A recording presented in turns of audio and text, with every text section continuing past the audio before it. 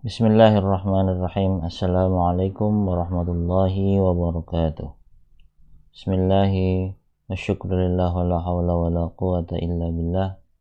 Pada kesempatan yang berbahagia ini kita dapat bertemu kembali pada mata kuliah komunikasi anak usia dini, program studi pendidikan Islam anak usia dini. Semoga Allah selalu memberikan kita keselamatan, taufik, hidayah dan inayahnya.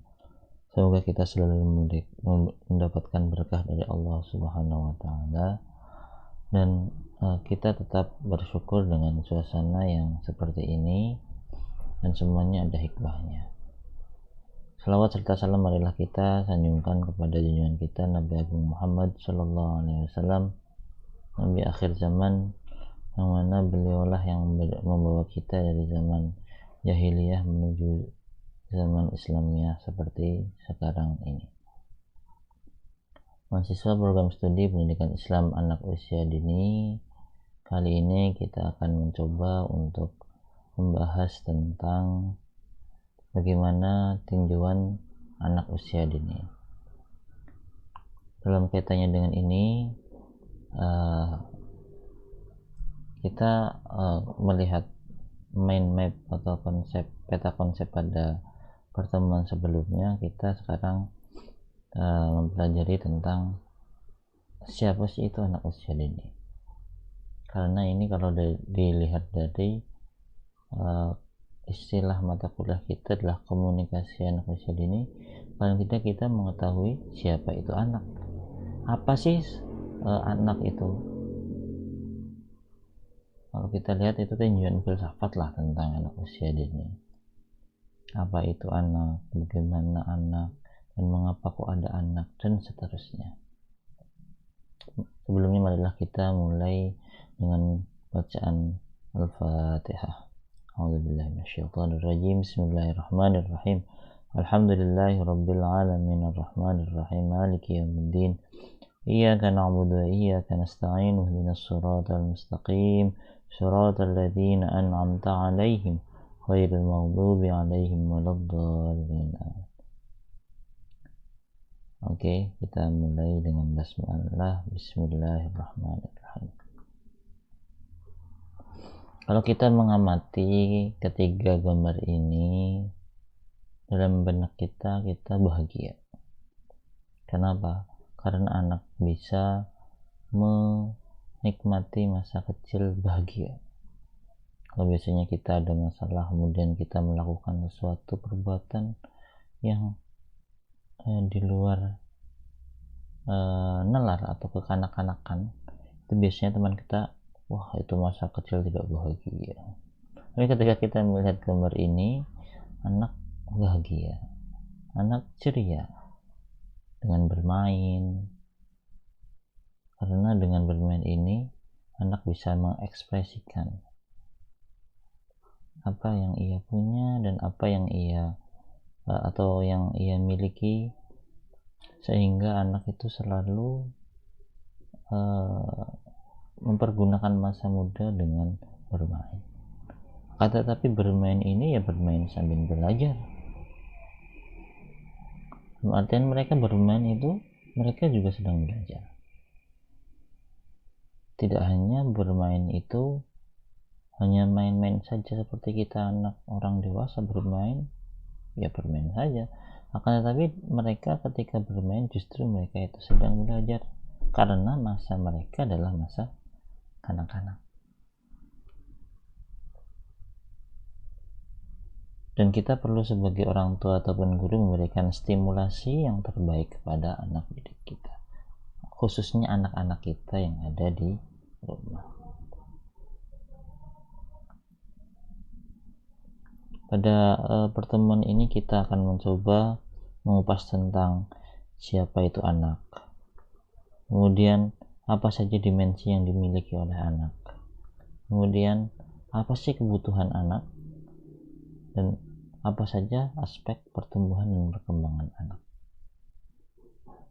Kita mulai dari anak. Anak itu apa sih ya? Coba.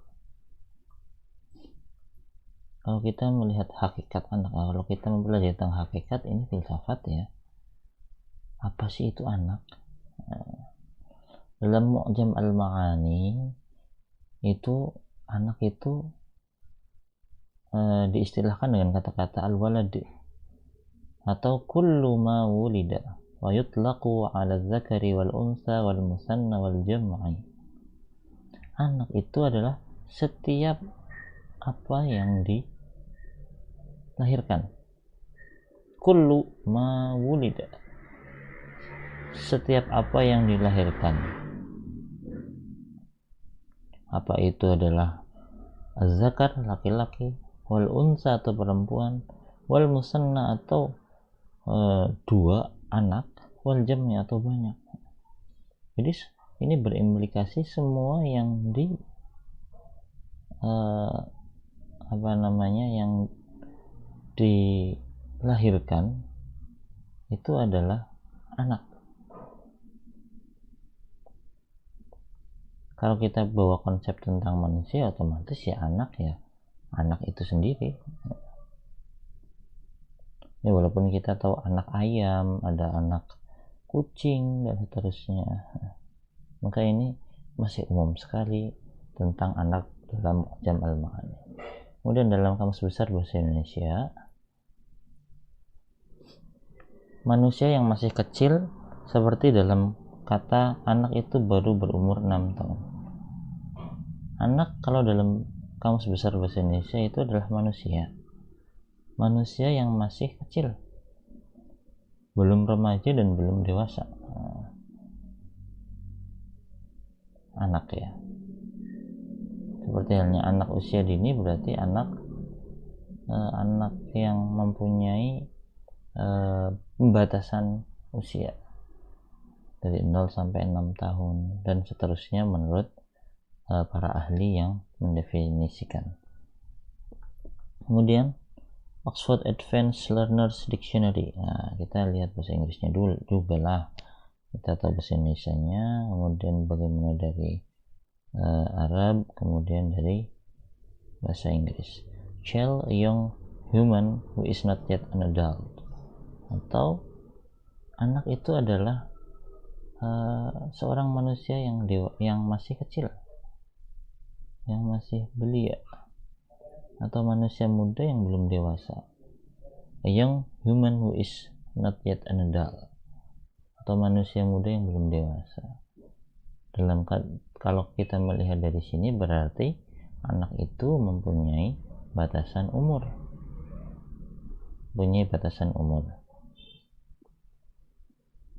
Oke. Kalau kita melihat ketiga definisi dari tadi al-Mu'jam al-Ma'ani, kemudian Kamus Besar Bahasa Indonesia, kemudian Oxford Advanced Learner Dictionary, itu anak itu adalah manusia kalau kita ambil umumnya itu ya. Jadi dalam sepertinya dengan skripsi ketika banyak sekali definisi, kemudian posisi Anda di mana, itu Anda harus menunjukkan menurut Anda istilah itu apa. Walaupun setiap ahli mempunyai segi dan cara pandang yang berbeda, maka kita juga mempunyai andil untuk memberikan masukan. Maka anak itu adalah pasti manusia. Kalau dari ketiga itu ya, walaupun tadi Mu'jam Ma'ani itu adalah anak secara umum adalah anak, bisa anak siapa saja, itu adalah manusia yang dilahirkan, itu adalah tergolong dari manusia. Yang kedua, umurnya itu masih muda, belum remaja dan belum dewasa. Kemudian memiliki jenis kelamin, ya pastinya memiliki jenis kelamin, bisa laki-laki atau bisa perempuan, dan jumlahnya bisa 1, 2 ataupun banyak. Maka kalau kita lihat bahwasanya ini memang punya batasan umur ya, batasan umur. Seperti kita juga seorang anak, tapi sudah dewasa. Kalau apalagi kalau anak usia dini, itu ya pasti usianya yang masih dini. Biasanya itu dari 0 sampai 6 tahun. Oke, selanjutnya anak secara umumnya itu memang kalau kita amati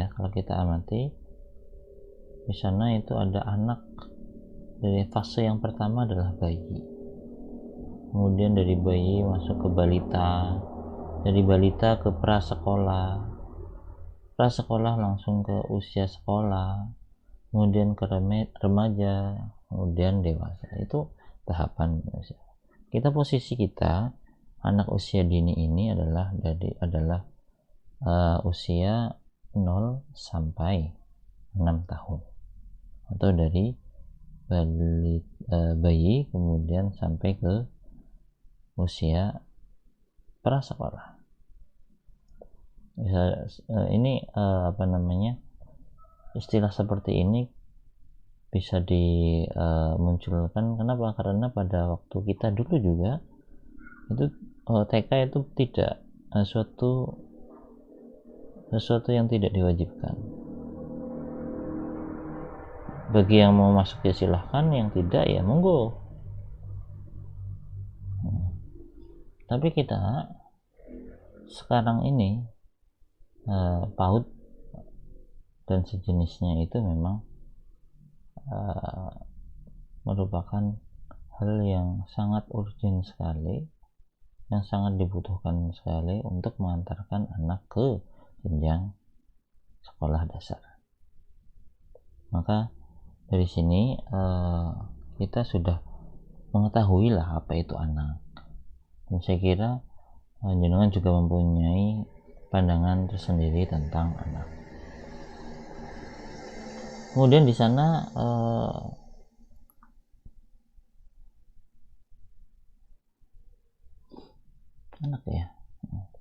anak itu milik orang tua.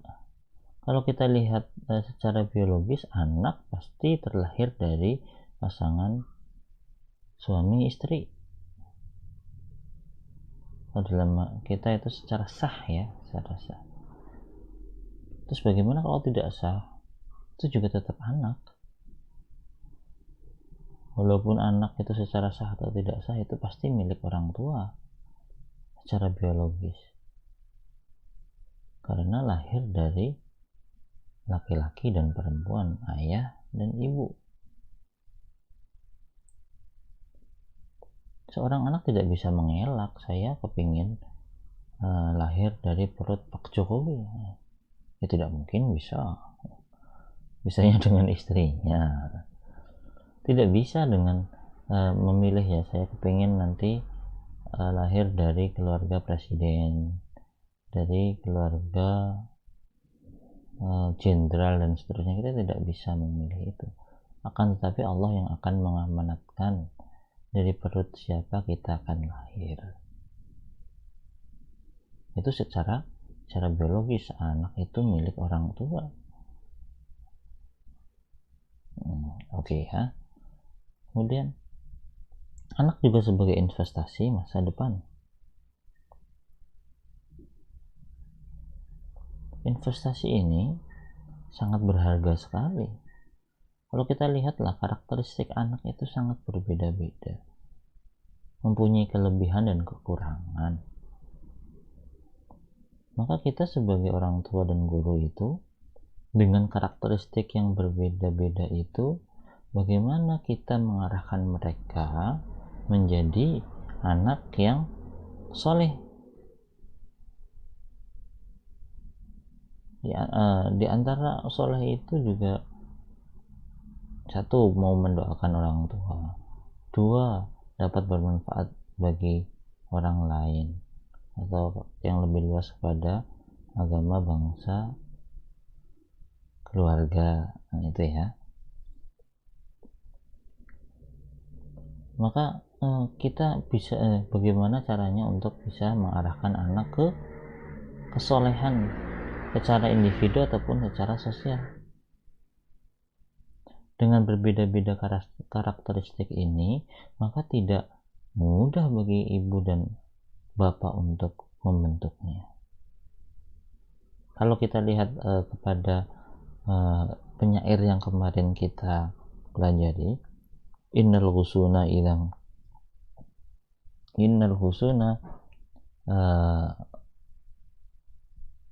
ya'tadalat wa la yalinu idza qawamtahu al khashabu. Innal husuna idza qawamtahu ya'tadalat wa la yalinu idza qawamtahu al khashabu. Ketika kita membentuk anak ketika masa usia dini itu sangat mudah sekali kita arahkan. Akan tetapi ketika sudah anak itu berusia dewasa, itu tidak semudah anak usia dini, karena bagaikan kayu yang sudah kuat. Ketika kita ingin membentuknya, kita tidak mudah ya, dan itu sangat sulit sekali. Maka bisa dikatakan masa anak ya, belia ini yang masih muda ini memang menjadi tantangan tersendiri bagi seorang orang tua. Kita mengarahkan mereka untuk menjadi anak soleh itu tidak mudah. Ya tadi ya, dengan perbedaan karakteristik dan kelebihan kekurangannya, maka di depan kita itu adalah anak, dan anak itu adalah sebagai amanah. Ini amanat, amanat yang diberikan Allah kepada kita, itu ya perlu kita jaga. Terus anak itu juga bisa dikatakan fitnah. Fitnah ini adalah cobaan. Sudah kita semai, sudah kita didik pada usia dini, kan, tetapi ketika besar dan berinteraksi dengan orang lain, anak itu menjadi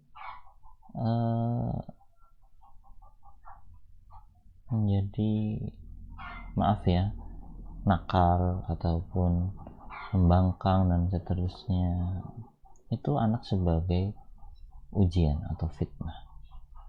Anak soleh ataupun menjadi ujian, itu tetap itu semuanya adalah amanat yang perlu kita jaga. Bagaimana sebaik-baiknya kita itu dapat mendidik anak, karena anak ini ya milik orang tua, investasi masa depan. Anak itu adalah sebuah amanat dari Allah, dan juga selain menjadi amanat juga menjadi ujian bagi kita atau sebagai orang tua. Oke. Ini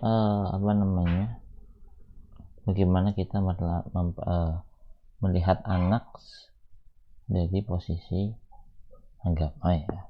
Itu dalam Al-Quran itu ada anak itu sebagai aduun lakum, sebagai musuh kalian. Anak itu fitnah, itu adalah ujian. Anak itu sebagai qurrata ain atau sebagai penyejuk hati. Kita mendidik ia, dan kita juga harus mendoakan anak-anak kita. Oke.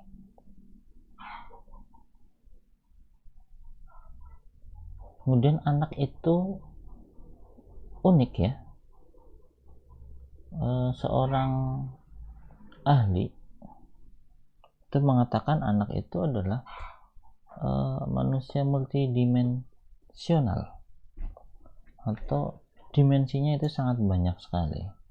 Itu yang dikatakan oleh Widodo Supriyono. Manusia itu unik, dimensinya banyak, karena itu bisa dikatakan multidimensional. Anak atau manusia itu punya fisik atau jasmani ya, karena secara lahirnya, secara zahirnya itu anak ya pastinya dalam bentuk fisik. Tidak ada anak halus, nggak ada anak halus yang tidak kelihatan itu ya, tidak. Tapi ini adalah secara fisik atau jasmani, itu anak itu kelihatan, punya mata, punya telinga, otomatis kepalanya ya ada, masa punya mata tidak punya kepala. Kemudian badannya ada, tangannya ada, kakinya ada, maka secara fisik itu oke. Kemudian anak juga punya roh ya, punya jasad juga punya roh. Ini secara umum itu kita mengetahui bahwasanya dimensi manusia itu ada fisik dan ada rohani atau rohnya. Roh ini nanti sumbernya kepada qalbun, hati. Oke. Kemudian anak juga mempunyai akal, otomatis, karena anak itu manusia itu adalah hayawanun natiq. Manusia adalah hewan, tapi hewan yang dapat berakal, dapat berpikir. Nah, itu ya. Selanjutnya nanti akan kita bahas. Kemudian keberagamaan. Anak itu mempunyai perbedaan-perbedaan dan mempunyai ragam ya antara satu dan dua. Contohnya ada orang tua mempunyai 2 anak kembar, walaupun kembar pastinya akan berbeda dalam beberapa hal. Mungkin secara wajah mirip ya, akan tetapi secara secara perilaku itu bisa berbeda. Itulah kekuasaan Allah gitu ya. Dua sesuatu yang sama akan tetapi pastinya ada perbedaan. Kemudian manusia juga mempunyai akhlak, naluri akhlak ya, mempunyai kemampuan untuk mengimplementasi sesuai dengan perilaku-perilaku yang baik, punya akhlak, etika. Kemudian juga mempunyai jiwa seni ya, setiap kita mempunyai seni, bukan hanya seni yang batik, tidak, tapi kita pastinya mempunyai seni ini yang masih terpendam dalam diri anak. Kemudian juga mempunyai jiwa sosial ya, karena kita adalah makhluk sosial, kita tidak bisa hidup sendirian dan kita pasti membutuhkan bantuan orang lain. Nah, maka ini dimensi-dimensi manusia itu masih banyak, dan ini semuanya kita sebagai orang tua atau guru itu mempunyai kewajiban untuk mendidik atau mengembangkan anak dari semua dimensi ini. Bukan hanya akal saja, setiap hari dia dimasukkan les terus, akan tetapi secara rohani dia tidak istirahat, dia hanya berpikir gimana caranya dia mendapatkan nilai yang bagus, tapi tidak melihat kebutuhan rohani. Nah, nanti kita akan masuk ke kebutuhan ini, nanti akan menjadikan ketimpangan yang sangat mendasar sekali. Maka di sini kita punya dimensi, juga kita punya kebutuhan. Anak kita juga butuh loh secara fisik, jasmani, dia supaya badannya kuat, sehat, maka dia secara fisik perlu makan, perlu olahraga. Nah, seperti itu juga rohani ini butuh sekali rohani ya, istirahat itu ya, ketenangan jiwa itu juga sangat dibutuhkan sekali, rekreasi. Akal juga, saya kira sudah paham sekali bagaimana kita memberikan stimulus kepada anak dalam dimensi akal ini. Belajar, keberagamaan, oke. Ketika anak itu berbeda-beda, maka pastinya kita mensimulasi anak itu dengan berbeda pula. Jangan dianggap sama sekali, sama semuanya.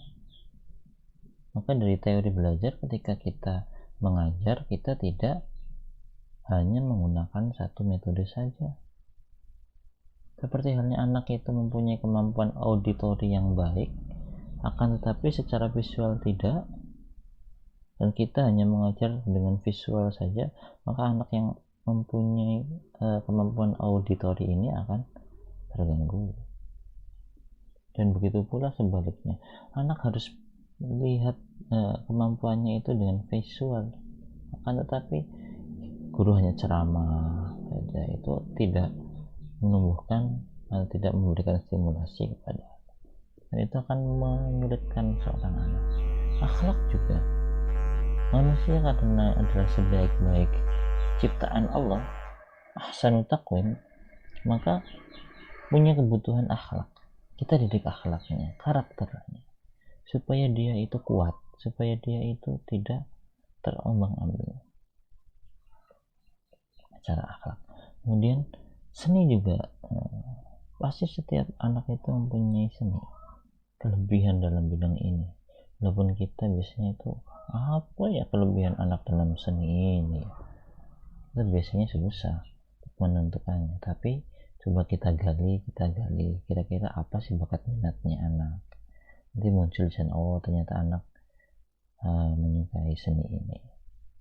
Dan sosial juga pastinya, anak tidak harus tinggal di rumah saja kan, tapi perlu di sana itu interaksi dengan orang lain. Kita ajak jalan, bertemu dengan teman, di sana antar seusia itu ngobrol dan seterusnya, itu dapat memberikan anak itu penyegaran, dan itu adalah suatu kebutuhan.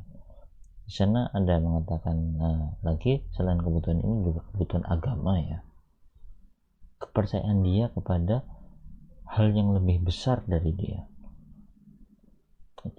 itu adanya Allah. Itu juga dimensi, anak juga mempunyai dimensi agama. Kita juga ketika kita mempunyai masalah, kita perlu di sana itu ada kekuatan yang lebih besar dari dirinya, yang dapat memberikan dia sandaran seperti itu. Karena itu kita ketika membaca Al-Fatihah, iyyaka na'budu wa iyyaka nasta'in, kita itu menyembah kepada Engkau ya Allah, dan kita juga kepadamu kita meminta pertolongan. Oke. Kalau kita sudah melihat secara umumnya ini ya, anak usia dini itu seperti itu, dan dari sisi yang lainnya juga ya ada aspek pertumbuhannya, ada kemampuan dasar dan kemampuan pembiasaan. Di sana kalau kita gabungkan inilah ada bahasa, kemudian kognitif, kemudian ada motoriknya, kasar dan halus, kemudian di sana ada nilai agama dan moral, kemudian di sana ada seni dan aspek-aspek lain yang dimiliki oleh anak dan untuk bisa kita kembangkan. Oke, paling tidak kita sudah mempelajari tentang anak usia dini secara ringkas ya. Nanti jangan bisa membaca dari referensi yang lainnya terkait dengan anak usia dini. Oke, untuk pertemuan selanjutnya kita akan mencoba untuk menggabungkan dengan teori komunikasi. Maka setelahnya untuk pertemuan selanjutnya kita akan belajar tentang komunikasi. Nanti komunikasi anak usia dini itu apa maksudnya. Oke, jangan lupa jenengan semuanya mempunyai tugas untuk meresum, dan tugas resum ini akan nanti diserahkan pada form yang akan saya sediakan pada aplikasi Edling Sevima. Oke, semoga apa yang kita pelajari bermanfaat pada kita semuanya. Semoga Allah selalu memberikan kita hidayah, taufik dan inayahnya, kesehatan, dan untuk keluarga kita juga semuanya sehat semuanya. Marilah kita tutup dengan bacaan kafaratul majlis. Bismillahirrahmanirrahim. Subhanakallahumma wa bihamdika asyhadu an la ilaha illa anta astaghfiruka wa atubu ilaik. Ilal liqa. Billahi taufiq wal hidayah. Al-afwu minkum. Assalamualaikum warahmatullahi wabarakatuh.